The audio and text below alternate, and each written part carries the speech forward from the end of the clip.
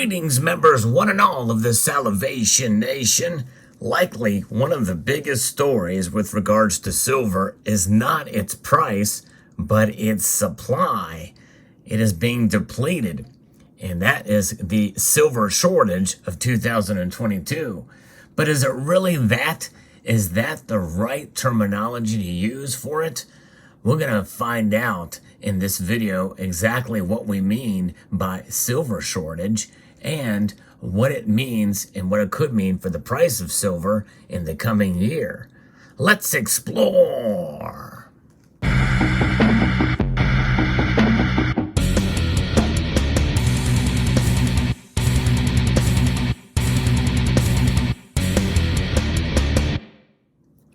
One could think of this as perhaps maybe a two-part series.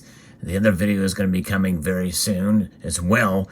But this video, we're going to talk about this silver shortage. There's two sides of the fence on this. And the one side says there's no shortage of silver. And they would be right. That is true. In fact, I am in that camp. Even to this day, I've been very consistent in my views about silver being very plentiful in the ground and also in terms of different forms that it may take.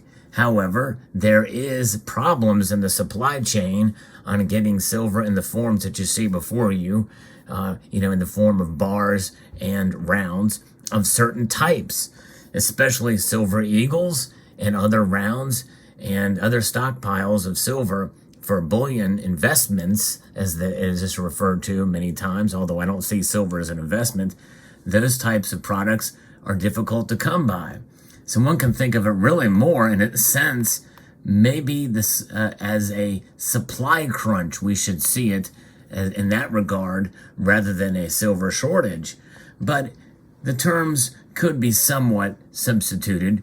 But supply crunch, I think, is probably a more accurate representation as to what's going on in the silver market. Because like silver, copper is also in a supply crunch. Copper is a metal that is not rare at all. But nonetheless, its price has skyrocketed in recent years. We've not seen the price of copper get over $4 a pound since the last crisis in 2007 and 2008, and we saw copper rise dramatically. I'm going to be referencing an article that was shared with me by several members of the community, how silver is joining copper in this upcoming supply crunch, and really, in a sense, it's been there for quite a while. Silver's value is derived from its industrial demand, and it's estimated around 60% of silver is utilized in industrial applications like solar and electronics. And some say that's a very high number, or fairly high number, but definitely more than half. And the rest of it is utilized in jewelry and other applications. And so when you put those together, that's about 70% or 75%, with a balance of that, only a quarter of silver that is mined is utilized as an investment metal. As a metal with the highest electrical and thermal conductivity, silver is ideally suited for solar panels. About 100 million ounces of silver are consumed each year for that purpose alone. We know that battery electric vehicles contain up to twice as much silver as internal combustion engine powered vehicles. And despite being widely used in many industrial applications, copper and silver are often skipped over in discussions of metals needed for the green economy, with battery metals like lithium, cobalt, nickel, and rare earths hogging the limelight. And so let's talk a little bit about what's behind this shortage or this supply crunch. We are seeing silver stocks being depleted in the London Bullion Market Association and in the COMEX. They are thinning out. Silver inventories in London have fallen for 10 straight months and are now sitting at a new record low of just over 27,100 tons or 871.3 million ounces. Let that sink in. That's pretty remarkable. On the COMEX side, registered silver totals just 1,186 tons or 38.13 million ounces, which is a 5-year low. In September, the LBMA vaults lost 45.16 million ounces, more than the COMEX entire registered category. Analysts are keeping a close eye on declining silver stocks worldwide, including Sprott Money, which wrote a piece on the subject. It says there's an unprecedented situation emerging in London, where the relentless hemorrhaging of one of the world's largest stockpiles of silver is now well and truly underway.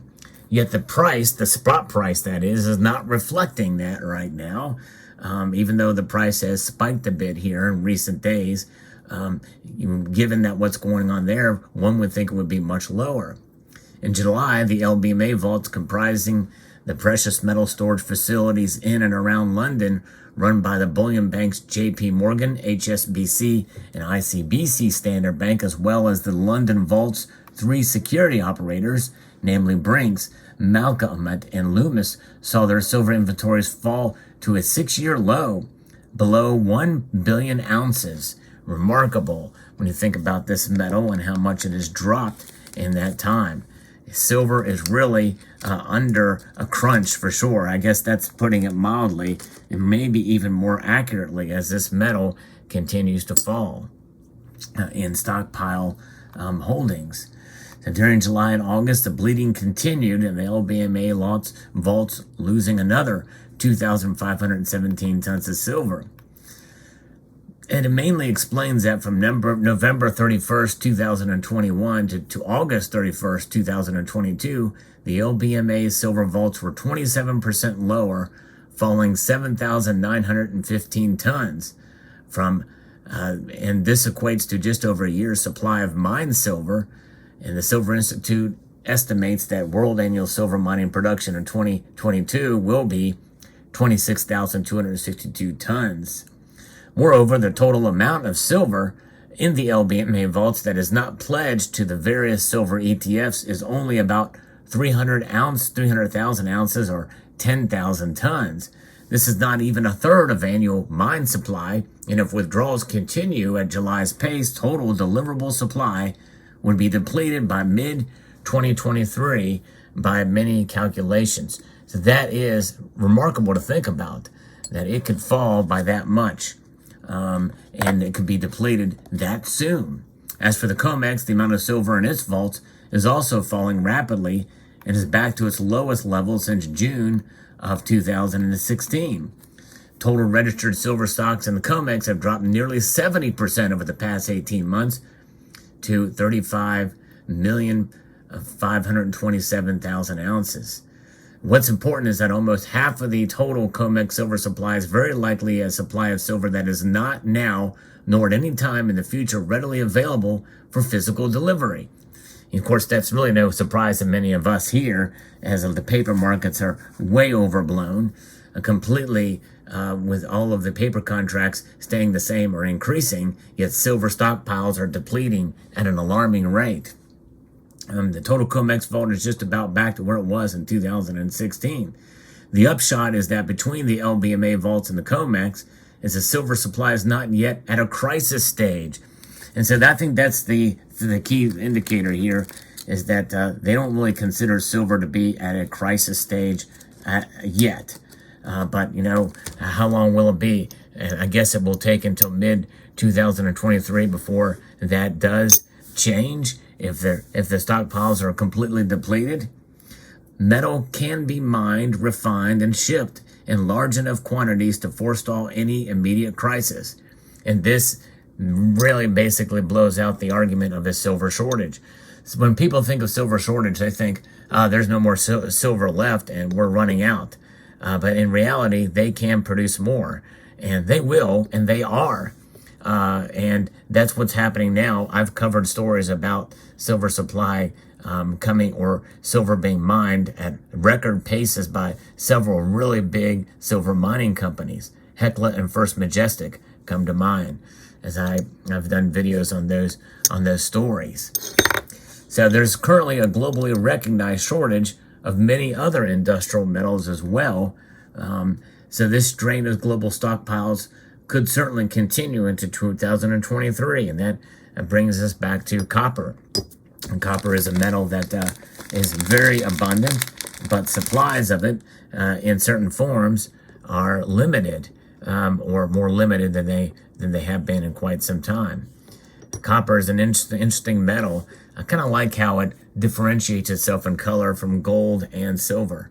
You know, those three metals themselves are quite remarkable in their hue and their properties. Pretty amazing.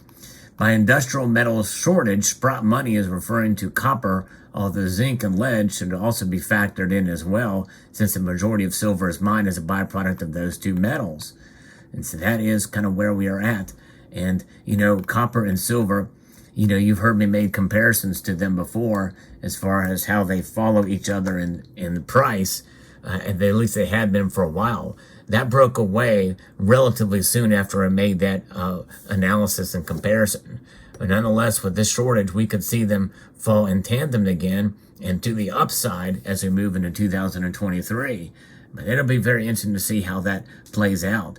But nonetheless, one thing is for sure, silver mining companies and mining in general will pick up to meet that demand. And I believe that as that demand is being met, that's going to probably make them more hungry. Think about it this way. If you bring more silver to the market and you're in desperate need for it, and think of it sort of as food. When you take a bite of something, and just a little tiny bite of something, you get a taste for it, then you want more of that. You're craving maybe even more so than before, and it may be an irrational craving. And I think that's what we're going to could potentially see with the silver market and how the price reflects that. And it will be an irrational probably price movement because the lower the supply and the greater the demand, the higher the price. But I think at least for a time we could see the opposite move in a direction there. But that's sort of a nuanced view. But nonetheless, we have things going on with the Western sanctions on Russian companies due to the war in Ukraine are factoring into low copper inventories and potentially gold and silver too. But we know that aluminum, copper, nickel as well being mined a lot there. Silver is a byproduct. Russia does produce silver. And so there's something about these depletions that are occurring that are kind of unprecedented. Even though, according to the COMEX, we've been here in 2016. It's quite a long time ago. In 2016, by the way, the price of silver was notably higher than where it is today. So very interesting indeed. An interesting article there that I was referencing there from mining.com. So let me know what your thoughts are in the comment section below. It's not really there's a silver shortage, but more accurately, it's more of a supply crunch in silver. And so maybe they're thinking that with all this mining production, that sooner or later, everything will be worked out. But will the silver be able to be refined, produced, shipped, and get through the supply chain crunch in time to meet and refill the vaults at the LBMA and COMEX? I don't know, but if they do run out, how will the markets react to that? There's a really good possibility that they could run out of silver in the LBMA before the silver that's being mined in this quarter and produced and refined could get there in time. We'll find out. Let me know what your thoughts are in the comment section below. Hope you found this video insightful. I'd like to extend a multitude of gratitude to all of you for taking the time to watch this video and to encourage you to please rate, share, comment, and subscribe.